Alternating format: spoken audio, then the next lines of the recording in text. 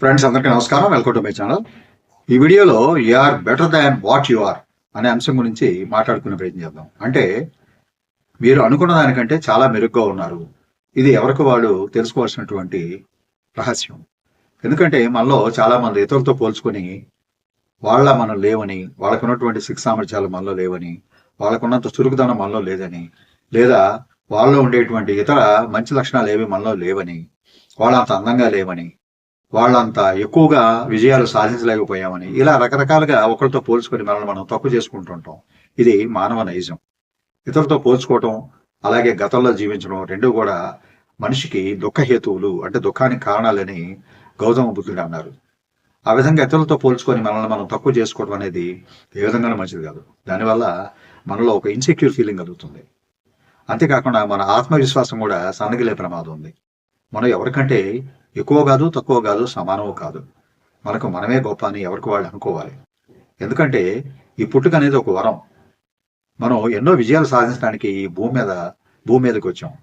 కనుక అటువంటి విజయాలు ఎక్కడున్నా కూడా దాన్ని చిన్నది కావచ్చు, పెద్ద కావచ్చు, వాటిని సాధించి మనం అంటే ఏమిటో, మన సమర్థత అంటే ఏమిటో లోకానికి తెలియజెప్పాలి. అంతకంటే ముందు మనకు మనం గ్రహించాలి.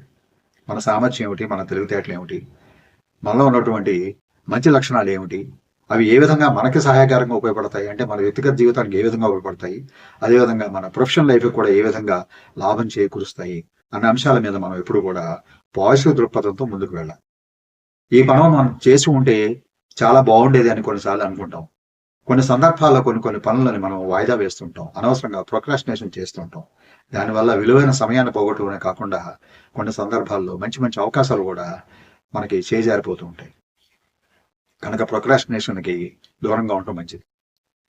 అదేవిధంగా మనలో శక్తి సామర్థ్యాలు ఏ విధంగా ఉన్నాయని ఎప్పటికప్పుడు మనం అంచనా వేసుకోవాలి. మన బలాలు ఏమిటి, మన బలహీనతలు ఏమిటి, అలాగే బయట ఉండే అవకాశాలు ఏమిటి, వాటిని మనం అందుకోవాలంటే ఎటువంటి ప్రయత్నాలు చేయాలి, బయట ప్రపంచంలో కాంపిటీషన్ ప్రపంచంలో మనం పోటీ పడి నిలదొక్కుకోవాలంటే ఎటువంటి లక్షణాలు మనం ఇంకా పెంపొందించుకోవాలి, అలాగే మన శక్తియుక్తులను ఏ విధంగా మెరుగుదల లేదా మనలో ఉన్నటువంటి బలహీనతను బలాలుగా ఏ విధంగా మార్చుకోవాలి అనేటువంటి అంశాల మీద దృష్టి కేంద్రీకరించి ముందుకు వెళ్ళాలి. కానీ ఇతరులతో పోల్చుకొని మన వాళ్ళంతా స్థాయిలో లేమేమో అని మనం కించపరుచుకుంటే అంతిమంగా నష్టపోయేది మనమే.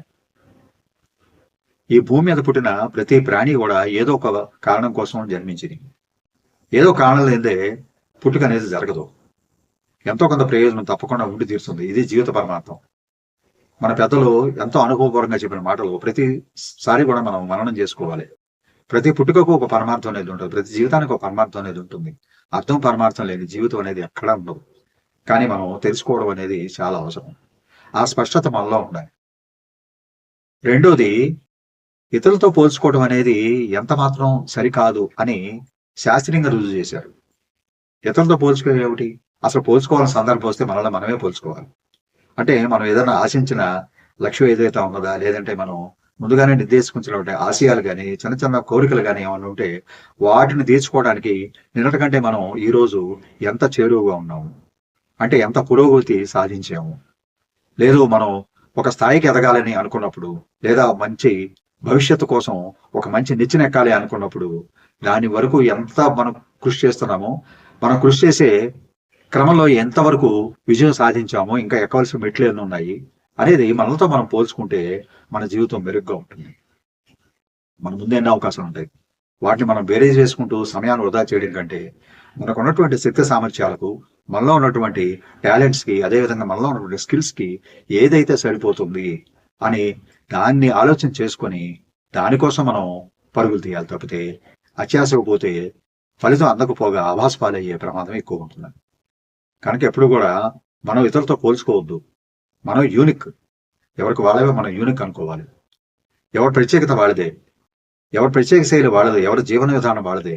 అంతిమంగా ప్రతి ఒక్కరు కూడా విజయం సాధించే బాటలోనే ఆశా దృక్పథవాదిగా ముందుకు వెళ్ళాలి. కానీ ఎట్టి పరిస్థితులను కూడా నెగిటివ్ థింకింగ్ తెచ్చుకొని మనసులో నెగిటివ్ ఆలోచనలు పెంచుకుంటే మన ముందున్న లక్ష్యాలు ఎప్పుడు కూడా నీరు గారిపోతూ ఉంటాయి.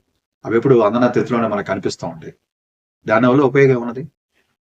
మనం బ్రతుకుతున్నది ఏదో ఒకటి సాధించడానికే ఈ ప్రపంచం మీదకి వచ్చాం. కనుక ఎంతో కొంత సాధించాలి. మనదైన ముద్రని మనం వెళ్ళిపోయేలాగా ఈ భూమి మీద నిలిపి వెళ్ళాలి. మనం ఈ భూమి నుంచి నిష్క్రమించాక కూడా మన గురించి 10 మంది మంచిగా చెప్పుకునేట్టుగా మన మాటలు, మన చేతలు, మన ఆలోచనలు ఉంటే ఆ జన్మ చరితార్థం. కనుక ఆ దిశగా మనం జీవితాన్ని ముందుకు నడిపించుకోవడానికి ఎప్పుడు కూడా ఆశా దృక్పథంలో వెళ్లాల్సిందే కానీ నిరంతరం మనం ఏదైతే ఆశయం అనుకున్నామో ఆశయం కోసం కళ్ళగనాలి, ఆ కళలు తీర్చుకోవడం కోసం నిరంతరం శ్రమించాలి. పట్టుదల, దీక్ష, దక్షత, కార్యదీక్ష ఇవన్నీ కూడా మనకి సానుకూల ఫలితాన్ని తెచ్చిపెడతాయి. మనం ఉన్న స్థితికి మన మానసిక స్థితే కారణం. మన మనసుని ఎప్పుడు కూడా మంచి మంచి ఆలోచనలతో దృఢమైనటువంటి నిశ్చలమైనటువంటి ఒక రకమైన మంచి ఆహారం, మంచి ఆలోచనలే మంచి ఆహారం మనసుకి. ఆ విధంగా మనసుని పుష్టికరంగా ఆరోగ్యవంతంగా ఉంచుకుంటే మన ఫలితాలని ఎప్పుడు కూడా సత్ఫలితాలను ఇస్తాయి. మనం ఏదైతే లక్ష్యం కోసం శ్రమిస్తున్నామో ఆ లక్ష్యం అనేది పూర్తిగా 100కి 100 పాళ్ళు సాధించే అవకాశం అనేది ఎక్కువగా ఉంటుంది. అంటే మన జీవితం అనేది మన మానసిక స్థితి మీద ఆధారపడి ఉన్నది. ఒకటి మనల్ని మనం తగ్గించుకోవడం అనేది వదిలేయాలి. 2 ఇతరులతో పోల్చుకోవడం కూడా మానేయాలి. మనకు మనమే ఓ ప్రత్యేకం. మన లక్ష్యమే మనది. మనలో ఉన్నటువంటి గుణాలే మనవి.